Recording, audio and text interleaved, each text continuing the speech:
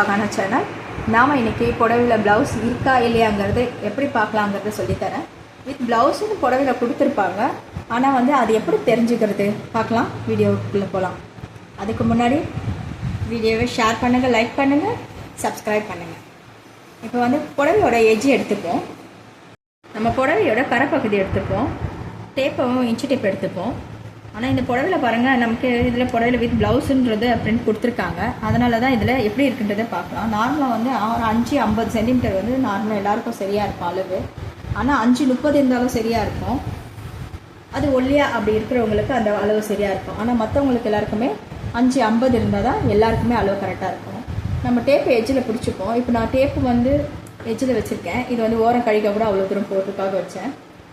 பாருங்கள், டேப்பில் இதில் 100 சென்டிமீட்டர் வரும் இல்லையா?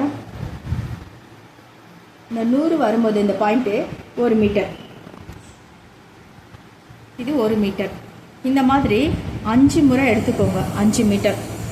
இன்னும் ஒரு 50 எடுத்துக்கோங்க. இதுலேருந்து 100 எடுத்தீங்களே, இதில் டேப்பில் 50 வர இடத்துல ஸ்டாப் பண்ணிக்கோங்க. அப்போது ஒரு 5 ஒரு 50, 5-50 தான் புடவையோட அளவு.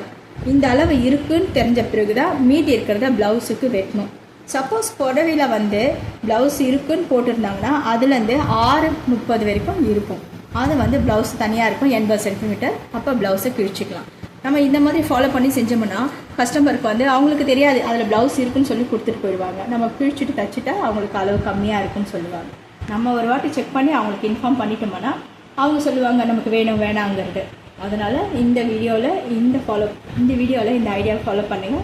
உங்கள் சாரியில் எவ்வளோ புடவை ப்ளவுஸுன்னு தனியாக பார்த்து எடுத்துகிட்டு நீங்கள் வேலையை பார்த்தீங்கன்னா நம்ம வேலை சுத்தமாக இருக்கும். தேங்க்யூ.